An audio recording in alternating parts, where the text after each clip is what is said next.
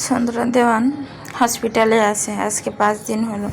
শরীরে যথেষ্ট উন্নতি হয়েছে। এখন আরও 2 দিন পর রিলিজ দেওয়া হবে। রাহেলা দেওয়ানরা 3 যা পালা করে হাসপাতালে শাশুড়ির কাছে থাকেন, সাথে 3 কর্তাও তাই। আর ঈশান নয়ন তো আছেই। নিশি, নুরি, তিতির সহ বাড়ির সব নাতি নাতনিরা রোজ এসে একবার দেখা করে যান তার সাথে। এই যে আজকেও যেমন দিদার সাথে দেখা করে 3 বোন বাড়ির দিকে ফিরছে।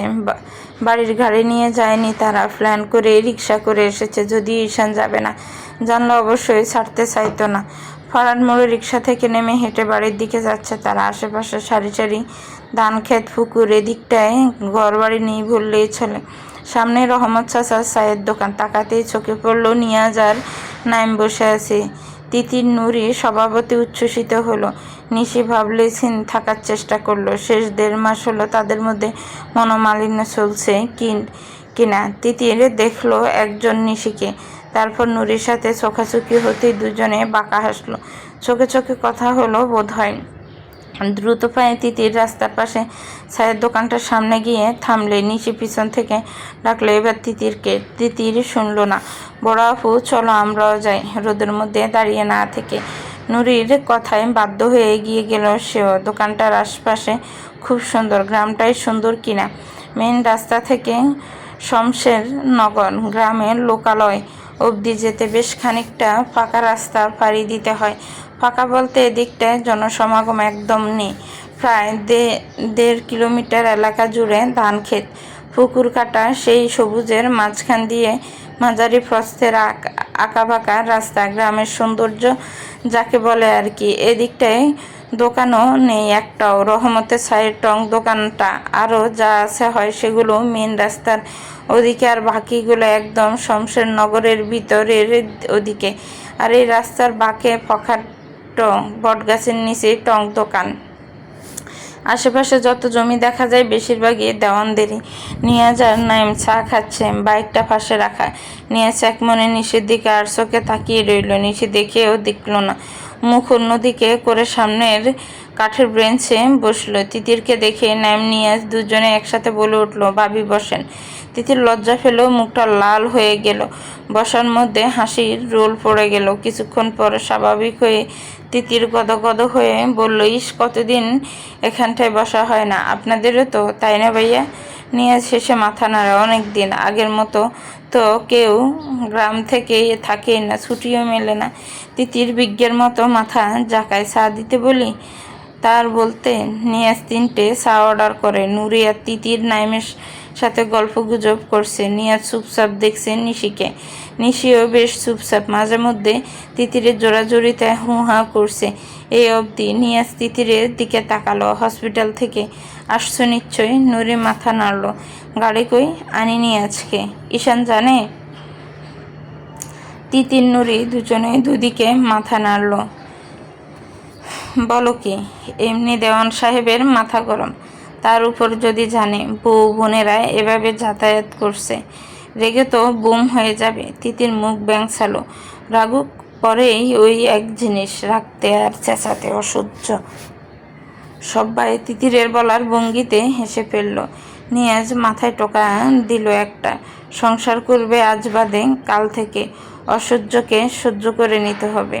হিটলারটার কথা বাদ দিন ভাইয়া, মুডটাই নষ্ট হয়ে যায়।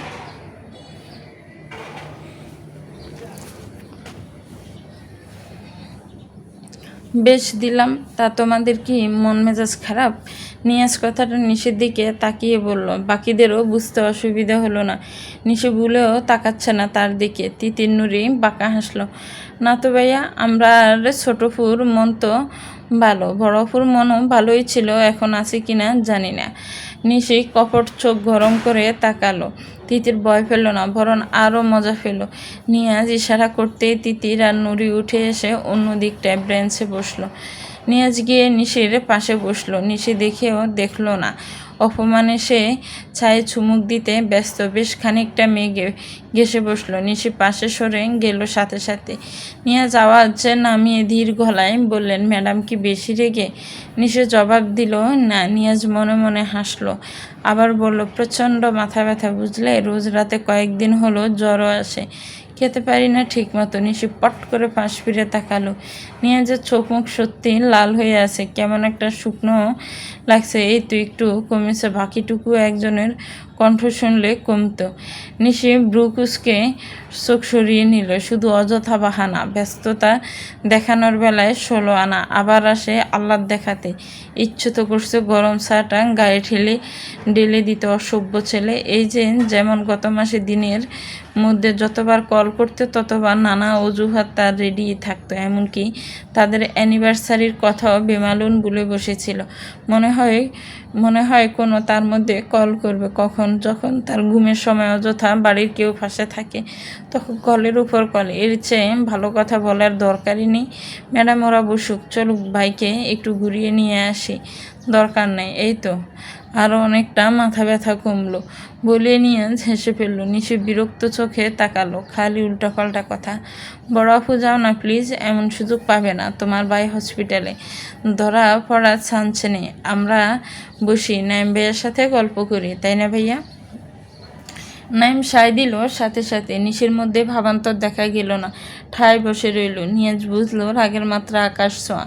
হওয়ারই কথা, গত মাসে নাক অবধি ডুবেছিল অফিসের কাজে। বাড়িতে আসবে ঈদের ছুটিতে, তাই আরও ব্যস্ততা ছিল।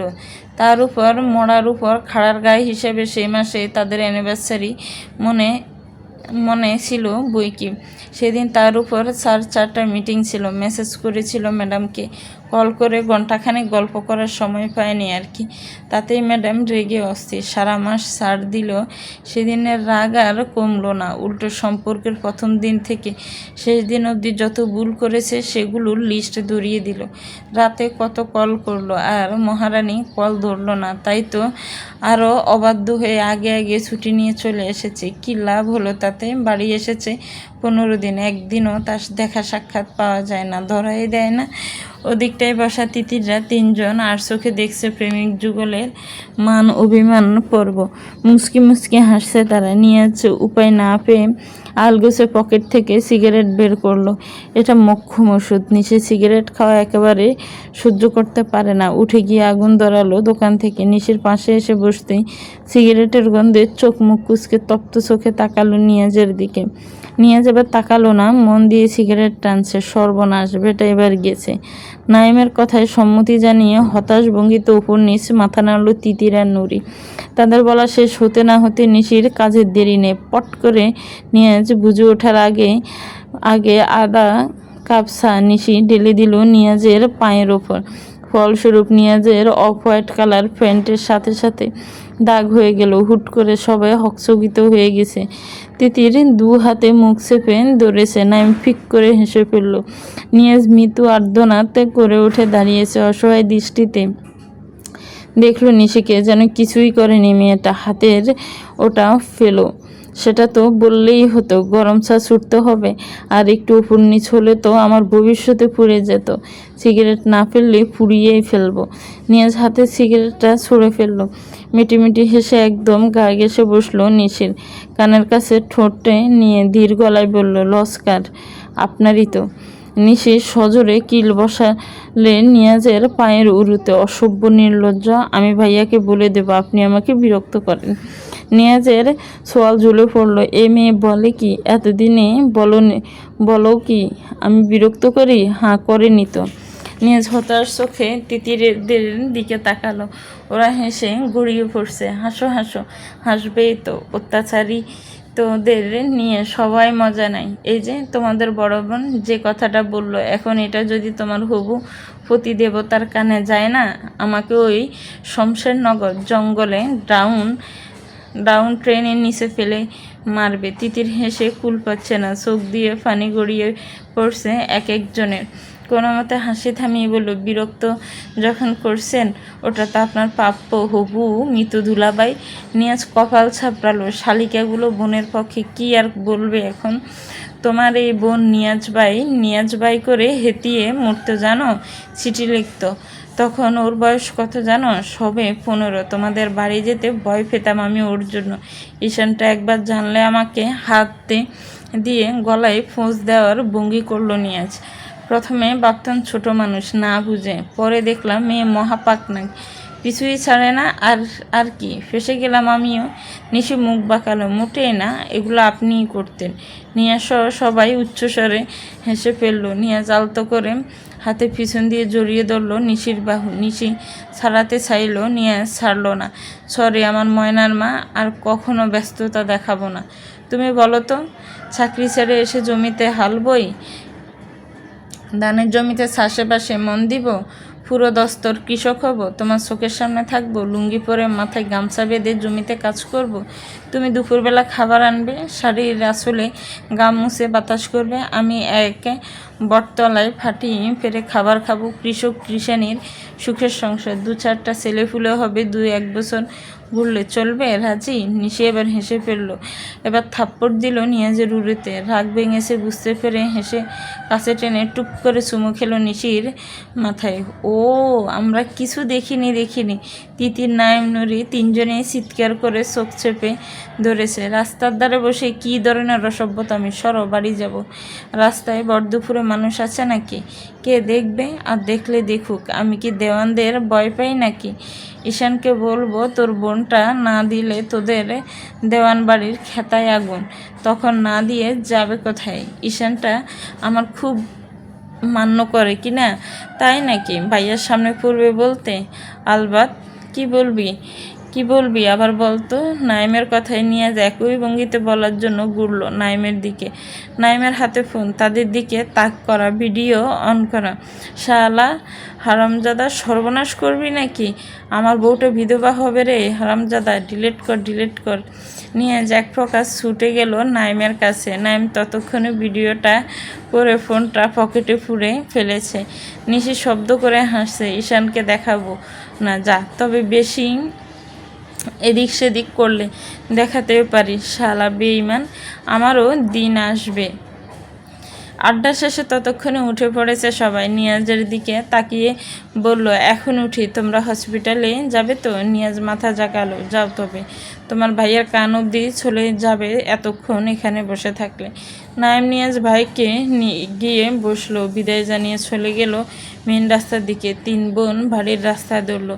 দুপুর 2:30, বাইরে কটকটে রোদ উঠেছে, বেশ গরম পড়ে গেছে এরই মধ্যে। নয়ন সবাই বাইরে থেকে এসে ফ্রেশ হয়ে বিছানায় বসেছে। দরজা ঠেলে ভেতরে ঢুকলো রিক্তা দেওয়ান। মাকে দেখে হাসলো নয়ন। এসো মা। রিক্তা দেওয়ানের মুখ মলিন। ছেলের হাত থেকে তোয়ালেটা নিজের হাতে নিল, আলতো হাতে মুছে দিল ভেজা চুল। তোর দিদার ঈশানের কি নিয়ে ঝামেলা হয়েছিল জানিস? নয়ন আগ্রহ মুখে তাকালো। না, ওটাই তো জিজ্ঞেস করলাম সেদিন তোমাকে, তখন বললে পরে বলবে। রিক্তা দেওয়ান ছেলের মুখখানে তাকিয়ে রইলেন।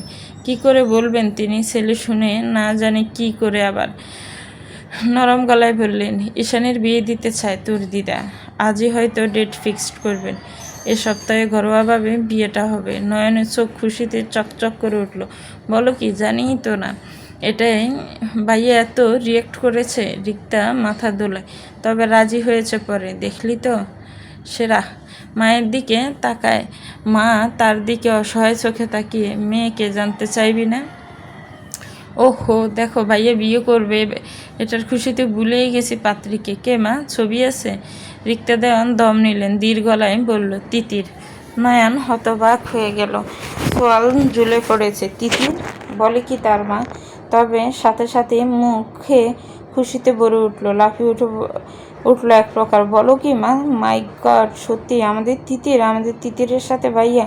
What a surprise! ছেলেকে রিক্তা দেওয়ান শোকে পাথর হয়ে যাবে এমন আশা করেছিলেন। ছেলের আনন্দ তার কাছে অবিশ্বাস্য ঠেকল। হাত টেনে ধরল ছেলে। তুই খুশি?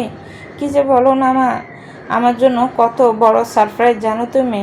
গ্র্যান্ড পার্টি দিব আজ দিদা ডেট ফিক্সড করলে। আমার আদরের ভাইয়ের সাথে আমার মনিটার বিয়ে বলে কথা। রিক্তা দেওয়ান হাঁপ ছেড়ে বাঁচলেন। নয়নটার মনে অন্য কিছু ছিল না। সে তিতিরকে বোনের নজরেই দেখেছে। আর তিতির না জানি কি ভেবে বসেছিলেন। যাক, বাঁচলেন তিনি দুশ্চিন্তা থেকে। বুকের উপর থেকে পাথর নেমে গেল যেন। ছেলের মাথায় হাত বোলালেন, একটু পর খেতে আয় তাহলে, আমি নিচে যাই, কেমন? নয়ন মাথা নাড়ল। রিক্তা দেওয়ান বেরিয়ে গেলেন হাসতে হাসতে। নয়ন উঠে গিয়ে বিনা শব্দে দরজা আটকে দিল। মুখটা থেকে নিমিষে হাসি মুছে গেল। খবরটা সে জানে না, সত্যিই জানে না। অসহায় হাসলো সে। খবরটা সে তো পরের দিনই জেনেছে, নুরির মুখে, নিয়াজ ভাইয়ের মুখে। তিতির রাজি, সেটাও শুনেছে বড় মার মুখে। বেডসাইড টেবিলের উপর রাখা মানিব্যাগটা খুলল। চোখের সামনে একটা ছবি আটকে রাখা, তিতির, লাল সাদা শাড়ি পরা, খোলা চুলে, হাস্যোজ্জ্বল এক কিশোরী। তিতিরের তখন কত বয়স? 13 বোধ হয়। প্রায় 7 বছর আগের পহেলা বৈশাখে সেবার শাড়িটা নয়নী দিয়েছিল। ছবিটায় মেলায় নয়নীরই তলা। হাত বোলানো ছবির উপর টুক করে দুফোঁটা চোখের পানি পড়ল সেখানটায়। বুকের মধ্যে চেপে ধরল ছবিখানা। বুকটা ক্ষত বিক্ষত হয়ে যাচ্ছে, পুড়ে যাচ্ছে একদম। কিন্তু সে ফুটতে দেবে, নিজেকে ফুটতে দেবে। তার মুখ খোলার এই সংসারটা পুরো ছারখার হবে। দাগ লাগলে মেয়েদেরই তো লাগে। সে পুরুষ মানুষ, আজ বাদে কাল জোর করে হলেও তার জন্য বউ আনবে। তার কথা সবাই ভুলে যাবে, কিন্তু তিতির, ওকে সবসময় কথা শুনতে হবে। না শুনলে ঈশান ভাই কি সেটা ভালো চোখে দেখবে? অনেক বুঝিয়েছে কয়দিন নিজেকে, অনেক। দিদা চেয়েছেন ঈশান ভাইয়ের সাথে তিতিরকে। সবাই খুশি, কি দরকার মাঝখানে সবটা ঝালিয়ে দেওয়ার? থাক না হয় 12 বছরের ভালোবাসা নিচ্ছুক ভাই, দিদা আর মণি পরিবার সবার জন্য দিল না হয় সেটা কবর। আজ 13 দিন হয়ে গেল রাহাত ভাইকে ফোনে পাচ্ছে না তিতির। শুধু ফোন কেন, কোনো ধরনের যোগাযোগই নেই, একদম উধাও হয়ে গেছে মানুষটা এক প্রকার। ঈশানের সাথে বিয়ের কথা হওয়ার পর থেকে মনটা খুঁতখুত করছে তার। ভালো না বাসুক, রাহাত ভাইকে সে তো কথা দিয়ে এসেছিল অপেক্ষা করবে, তার প্রস্তাবের। সবটা কেমন গুলিয়ে গেল একদম। এখন এমন একটা অবস্থা, মানা করতে পারবে না বিয়েতে। দিদার শরীরের কথা ভেবে হলেও বিয়েটা করতেই হতো, কিন্তু রাহাত ভাই, তাকে দেওয়া কথা, একটা বার তার যোগাযোগ করতে পারলে কথা রাখার জন্য হলেও রাহাত ভাইকে সুযোগ দিতে। যদি সব শোনার পরও রাহাত ভাই তাকে চাইতো, বলতে না হয় বাড়ি এসে কথা বলতে, তারপর পরিবার যা সিদ্ধান্ত নিত মেনে নিত সে। কিচ্ছু ঠিক হচ্ছে না এখন। যতই সে ঈশানের উপর উইকে থাকুক, এই একপাক্ষিক দুর্বলতা প্রশ্রয় দিয়ে সে তাকে ভালোবাসা এতদিন আগলে রেখেছে সেই মানুষটাকে কখনো এভাবে। কিন্তু দিদা যতই মুখে বলুক, ঈশানের খারাপ ব্যবহারের থেকে উনি বেশি কষ্ট পেতেন যদি তিতির বিয়েতে না করতো। কি করতো সে রাজি না হয়ে? আর এই সময় রাহাত ভাই মানুষটার নাগাল পাওয়া যাচ্ছে না। ঈশানকে জানাবে কথাটা, কি ভাববে আবার? যা বাবার ভাবুক, মনে মনে ঈশানকে কথাটা জানাবে ঠিক করে ঘর থেকে বের হলো সে। ঈশানের দরজা আটকানো, হালকা হাতে নক করলো, খোলা আছে। তিতির ইতস্ত করে দরজা ঠেলে ঢুকলো। ঈশান কাগজপত্র দেখছে কিছু। মাথা তুলে তাকাতেই তিতিরকে দেখে থমকে গেল। এ সময় ওকে আশা করেনি। বোঝা গেল কাগজপত্র সরিয়ে রেখে গম্ভীর গলায় বললেন, কি দরকার? কথা আছে কিছু, বল। আমতা আমতা করলো তিতির। এগিয়ে গিয়ে সমানে দাঁড়ালো। আপনি বিয়েতে রাজি ঈশান ভাই? ঈশান মুখ তুলল, স্থির দৃষ্টি রাখলো তার উপর। তুই রাজি? রাজি ছিলাম না, এখন রাজি। এখন রাজি কেন? নানুর জন্য। তাছাড়া না। মাথা নামিয়ে ফেলল তিতির, মৃদু গলায় বলল, আমি একজনকে কথা দিয়েছিলাম ঈশান ভাই, বলেছিলাম অপেক্ষা করব তার জন্য। ঈশানের হাতের মুঠে শক্ত হয়ে এলো। রাগ সংযত করে বলল, তো যাচ্ছিস না কেন তার কাছে? তার সাথে যোগাযোগ করতে পারছি না, পারলে যেতি। তিতির কি জবাব দেবে? কথার খেলাপ করতে চায়নি সে। বেইমানের খাতায় নাম উঠুক, এটা কীভাবে চায় সে? যতই ঈশানের প্রতি তার অনুভূতি থাকুক। মিনমিনে গলায় বলল, কথা দিয়েছিলাম তাকে। ঈশান আরও গম্ভীর গলায় শুধালো, ভালোবাসিস তাকে? না বোধ হয়, তবে এক সমান সম্মান আছে।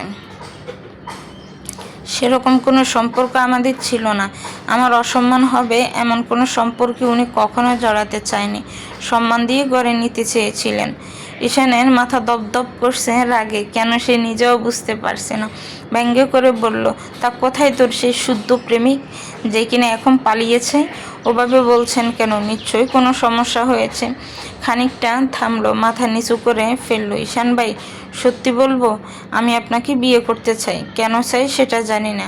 মনকে জিজ্ঞেস করে উত্তর পাইনি। শুধু নানুয়াপুর জন্য বোধ হয় নয়, আমিও চাই কোথাও একটা। কিন্তু রাহাত ওনাকে তখন বলেছিলাম কথার খেলাপ করতে চাই না আমি, উনি পাগল হয়ে যাবে। শেষ একবার অন্তত ওনাকে জানাতে চাই, মতামতটা জানতে চাই। ঈশান শুনলো সবটা, বাঁকা হাসলো। আজ বাদে কাল বিয়ে, সে মেয়ে তার পুরান প্রেমিকের কাহিনী শোনাচ্ছে।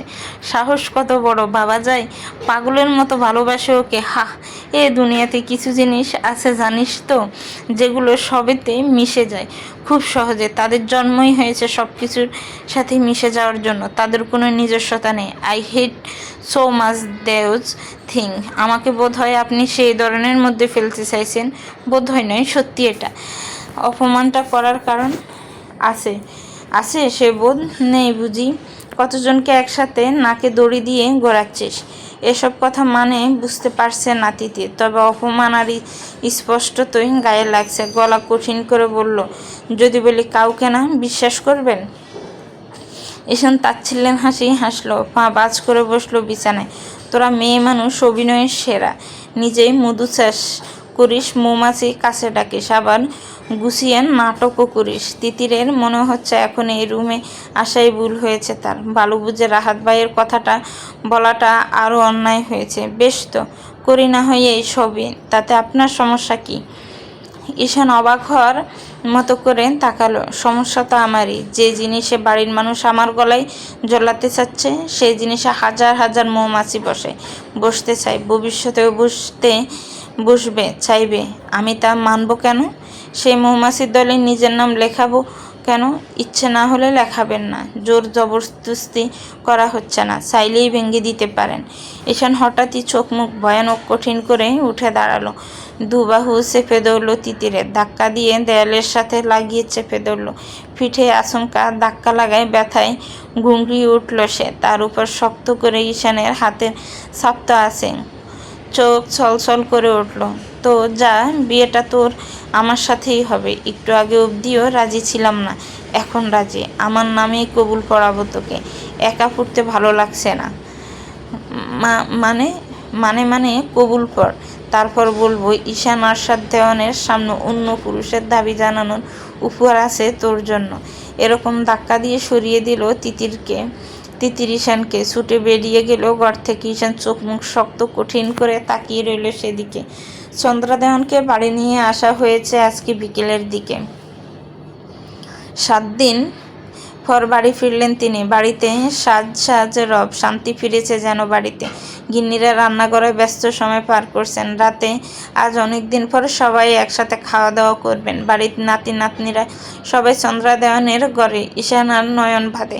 নয়ন ঘরে ঈশান ফেরেনি বোধ হয়।